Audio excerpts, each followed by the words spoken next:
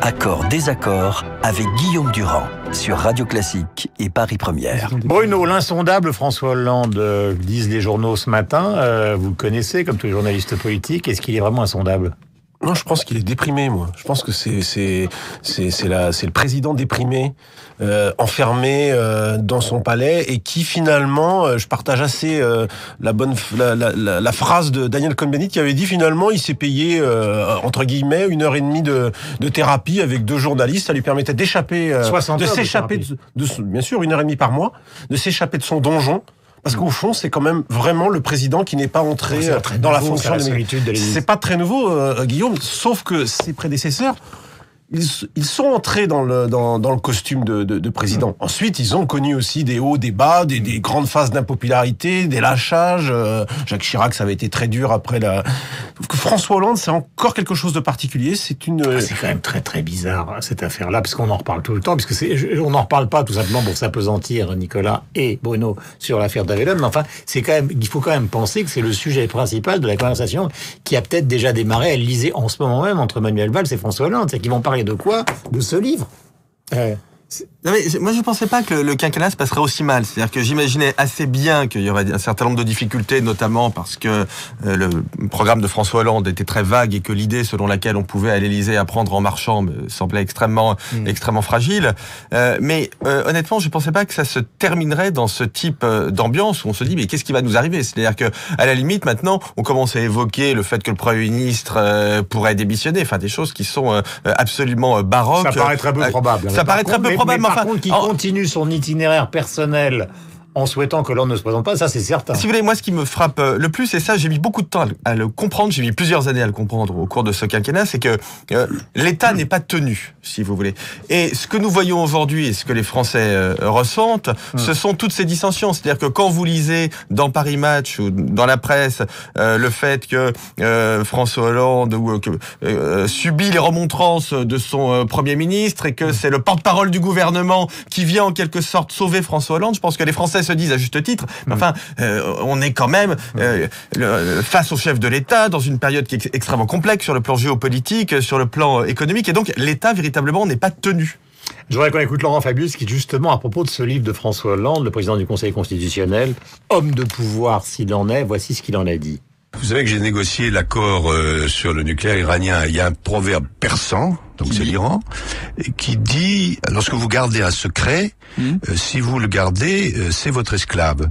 Si vous le dévoilez, c'est vous qui en devenez l'esclave. Voilà, les propos de Laurent Fabius. Est-ce que c'est pas finalement, Bruno, et on en terminera sur cette affaire-là, contrairement à ce qu'on pourrait croire, un couple inversé ? C'est-à-dire que le mâle dominant, pour employer une expression de gens qui étudient les animaux, ce serait Manuel Valls. Mais il est certain que lorsque François Hollande a décidé de changer de Premier ministre, parce que ce matin, finalement, c'est ça. Parce que son quinquennat prenait l'eau. C'est pas Valls qui va engueuler Hollande, bien sûr, alors que ça devrait être Hollande qui va engueuler exactement, Valls. Vous avez raison. On l'a bien vu en 2014, lorsqu'il décide de se séparer de Jean-Marc Ayrault, alors que initialement il voulait le garder 3 ans. Il voit bien que son quinquennat est en train de prendre l'eau, pas seulement parce qu'il subit une énorme défaite aux élections municipales, mais c'est parce qu'il a besoin d'avoir une autorité qui s'incarne, et donc c'est dans ce couple exécutif, c'est Manuel Valls qui va incarner cette autorité. Sauf que, évidemment, Manuel Valls, c'est quelqu'un qui sait prendre toute la place qu'on lui donne. Il lui a d'ailleurs dit, il est là pour faire du Valls va faire du Valls, et bien Valls a fait du Valls, et c'est vrai, quelque part, à défaut d'obtenir des résultats, il a incarné cette forme d'autorité qu'Hollande ne peut pas incarner. Ce matin, dans les journaux, donc à la fois dans l'opinion et dans les Échos, c'est avec l'Institut Montaigne, il y a une sorte de vérification, comme on dit maintenant, du chiffrage politique des économies, notamment des principaux candidats de la droite, avec un bon point donné à Bruno Le Maire, avec un bon point donné à Alain Juppé, et avec des chiffres moins bons donc pour les autres candidats. Alors, quelque chose qui est très bizarre, c'est une question que je vous pose à tous les deux. On l'a même entendu tout à l'heure avec Luc Châtel, c'est que tout le monde voudrait que cette campagne à droite devienne une campagne, disons, un peu plus glorieuse, un peu plus enthousiasmante, en lui reprochant d'avoir une attitude, cette droite, globalement d'expert comptable. Mais est-ce que c'est pas nécessaire, ce passage, justement, par la vérité des chiffres ? Mais complètement. Et moi, j'ai d'ailleurs été en désaccord avec les observateurs qui, à la suite du premier débat des primaires, nous expliquaient que ça n'était pas enlevé, que ça manquait de romantisme, que ça manquait de vision. Bah oui, on fait appel à l'intelligence des gens, hein. On fait appel à leur rationalité. Et moi, je trouve que cette campagne électorale, elle commence plutôt bien.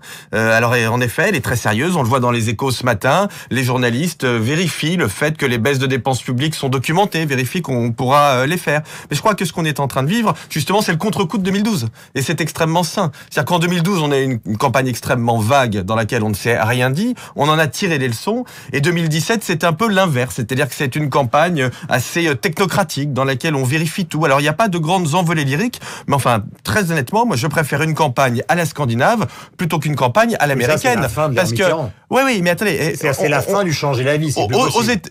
Exactement, mais aux États-Unis, une campagne où on rigole et où on a des envolées lyriques, on en a une en ce moment. Je vais vous dire, je préfère la campagne française, même si elle est un peu plus austère. Est-ce que ça vous paraît probable que Bruno Le Maire, là je parlais à l'économiste et après Bruno va enchaîner, est-ce que ça vous paraît probable que Bruno Le Maire soit finalement, ce qu'il n'a pas été tellement dit depuis le début de sa campagne, le plus sérieux sur le plan économique? Parce qu'on a dit très honnêtement, ce que l'on voit dans toutes les évaluations, oui, non mais justement, les Échos Montaigne, ils sont sérieux. C'est-à-dire que grosso modo, alors peut-être Nicolas Sarkozy est un tout petit peu en retrait, mais pas moi. Du livre de Le Maire. Pas moi.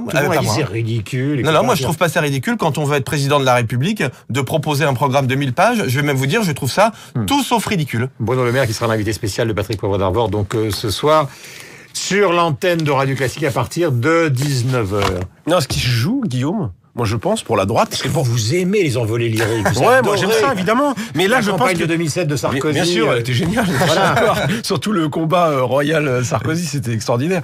Bon évidemment, on tourne cette page.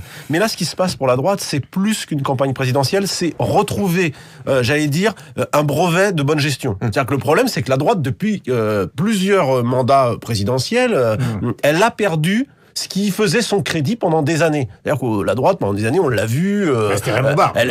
Depuis Raymond Barre, quasiment, quand elle est venue au pouvoir, soit elle n'a pas fait ce qu'elle avait promis de faire, soit elle a été mauvaise gestionnaire au pouvoir, elle a laissé des déficits, soit, finalement, elle n'a pas réussi à trouver les bons moyens, ou elle n'a pas osé employer les bonnes méthodes pour faire baisser le chômage, les déficits et compagnie. Donc là, ce qui joue, c'est un brevet de bonne gestion, et on voit bien que les candidats, ils sont soucieux d'être crédibles.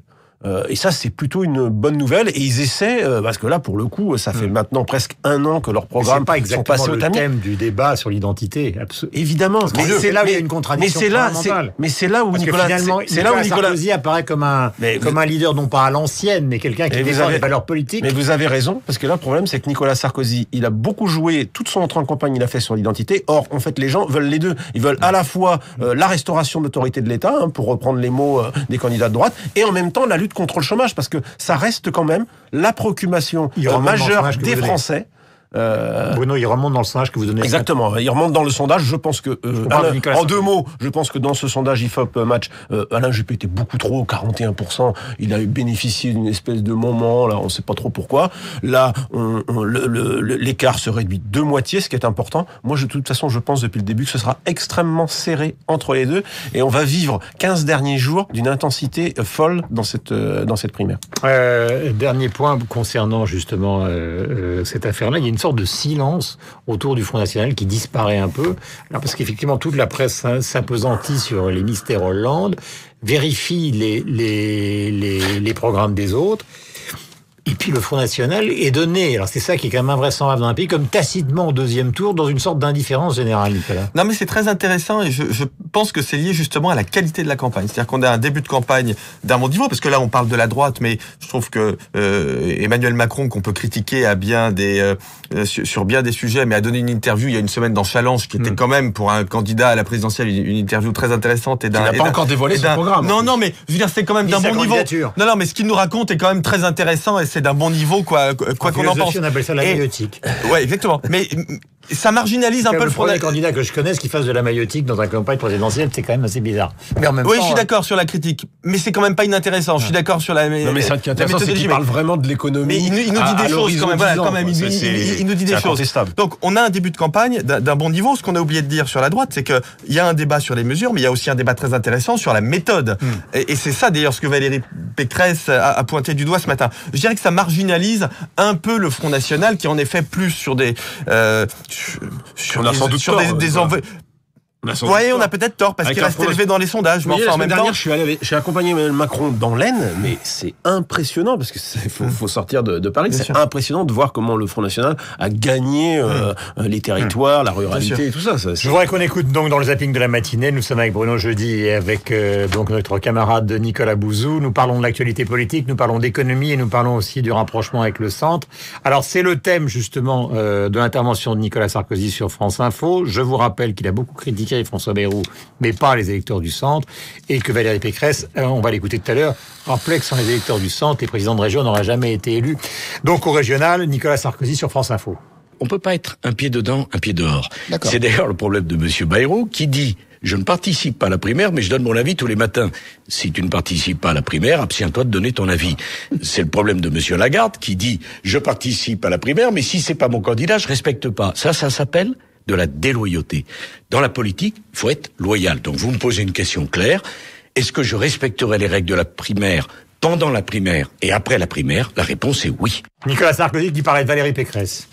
Oui, François Bayrou a fait une faute en 2012. Elle a le droit, on est quand même libre. Je ne vais pas faire de procès à qui que ce soit parce qu'il fait un choix. Elle est libre, mais... Valérie Pécresse avait choisi François Fillon, elle a choisi de laisser François Fillon, ce qui pour lui certainement pas sympathique, pour choisir Alain Juppé. Nous avons apparemment des désaccords. Elle est pour l'augmentation de la TVA, je suis absolument contre. Et elle est pour un groupe parlementaire pour monsieur Bayrou, je suis absolument contre parce que moi je crois à la nécessité d'une alternance franche. Quand il faudra tous se rassembler, on se rassemblera. Qu'est-ce que vous voulez que je vous dise d'autre? Voilà, Nicolas Sarkozy sur France Info ce matin. Valérie Pécresse qui s'est exprimée dans le Figaro et sur RTL pour expliquer son soutien justement à Alain Juppé. Mon choix, c'est vraiment le choix de la bonne personne à la bonne place. C'est la question de qui est l'homme de la situation pour la France. Et aujourd'hui, à cette question, ma réponse est claire. C'est Alain Juppé qui sera le président fort et respecté, qui saura réformer et restaurer l'autorité de l'État. Non, on n'est pas toujours dans l'autodénigrement. Non, on n'est pas condamné au déclin. Et moi, ça, je le retrouve dans le discours d'Alain Juppé. On doit être fier de ce qu'on est et on doit être conquérant. Voilà, il y a deux interprétations ce matin. Ceux qui considèrent que c'est une véritable prise de guerre pour Alain Juppé et ceux qui considèrent, comme tout à l'heure Luc Châtel, qu'au fond c'est la logique des choix de la dernière minute et que ça n'aura pas d'incidence sur le fond de l'affaire. Oui ou non, Pécresse a-t-elle tué Nicolas Sarkozy par son ralliement? Ou est-elle en train de le tuer? En tous les cas, elle apporte un second souffle à Alain Juppé. La campagne est longue. Alain Juppé est en tête depuis le début.